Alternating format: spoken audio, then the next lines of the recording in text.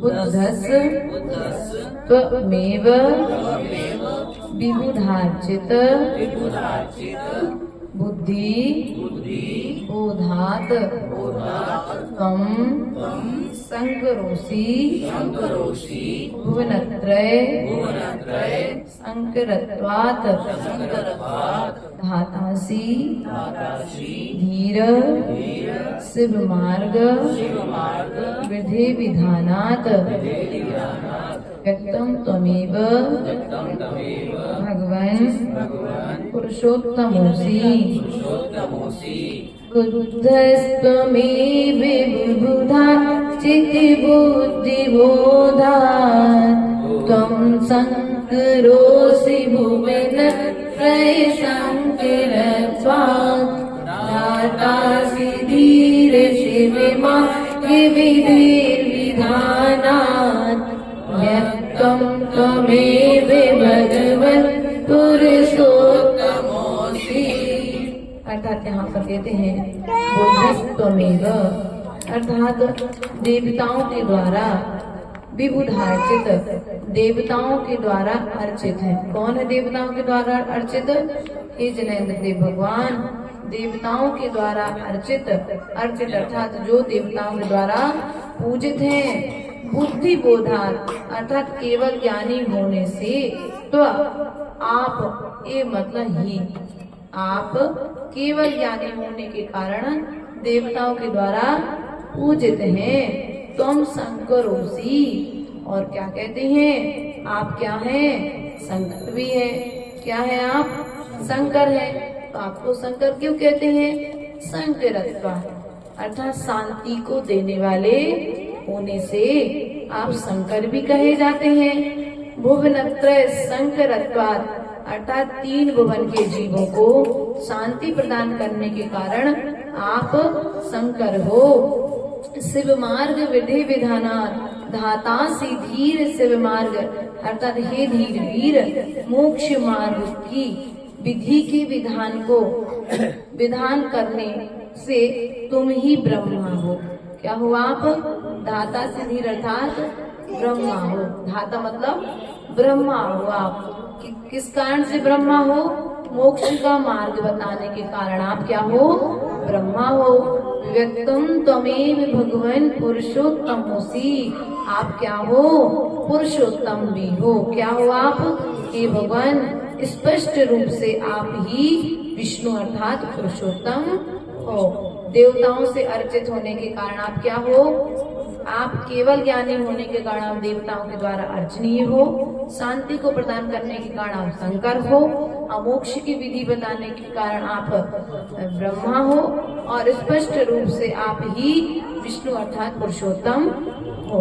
इस प्रकार से यहाँ पर भगवान के लिए कहा गया तुभ्यं नमस्ते भुवनातिहराय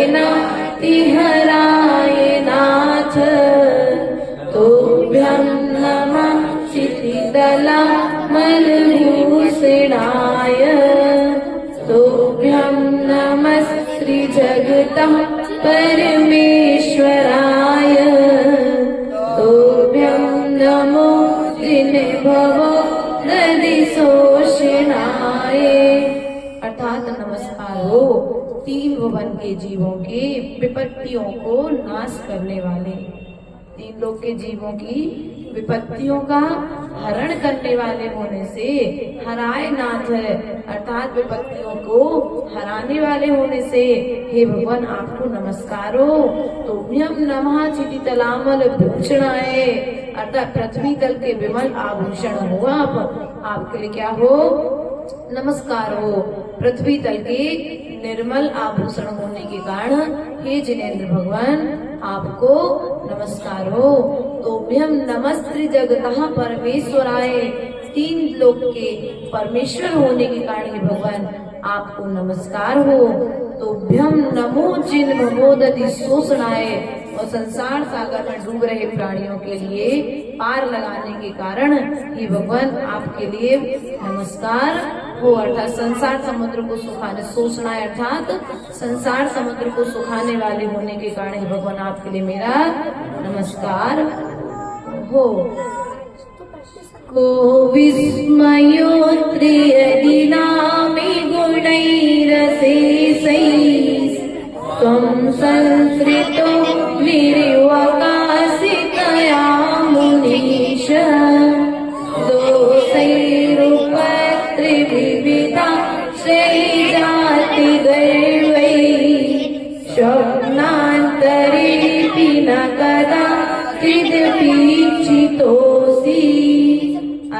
यहाँ पर कहते हैं को विस्मयोत्र यदि नाम गुणैर से सही, अर्थात यदि नाम अर्थात यदि नाम के होने पर तो मतलब आप निरावकाशतया अर्थात निरंतर आने वाले अशेष समस्त गुण अर्थात गुणों के द्वारा आश्रय को प्राप्त हुए हो। अत्र इसमें कौन सा विस्मय आश्चर्य नहीं है। उत्पत्त अर्थात प्राप्त किया है अनेक पुरुषों का आश्रय, जिन्होंने अतएव अहंकार को प्राप्त कर दोषों द्वारा उन्होंने कभी भी स्वप्न दशा में भी नहीं देखे जा गए हो। इसमें आश्चर्य की कोई बात नहीं है। अतः भगवान आप कभी भी किसी भी अवस्था में आप दोषों से सहित नहीं देखे गए हो।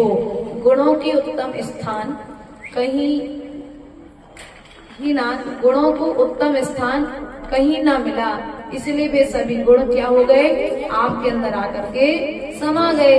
और जब गुण आकर के आपके अंदर समा गए तो दोषों को आपके पास में कोई स्थान नहीं मिला। अतः स्वप्न में भी दोष ने आपको छुआ भी नहीं है। इसमें कोई आश्चर्य की बात नहीं है, क्योंकि आप तो महापुरुष हैं।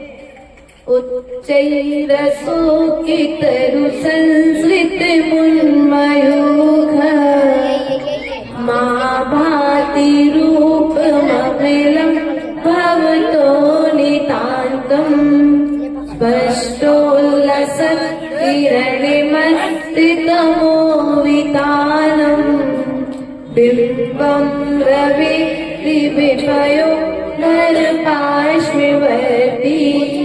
अर्थात यहाँ पर कहते हैं उच्चैर अर्थात ऊंचे, उच्चैर अर्थात ऊंचे, रसोग अर्थात अशोक वृक्ष, तरु अर्थात वृक्ष, अशोक वृक्ष संस्कृत मुन्मयूख है अर्थात विराजमान, जिसकी किरणें ऊपर की ओर जा रही हैं। माँ भाति रूप मवलम भवतो नितान्तम अर्थात आपका अत्यंत निर्मल स्वरूप स्पष्ट रूप से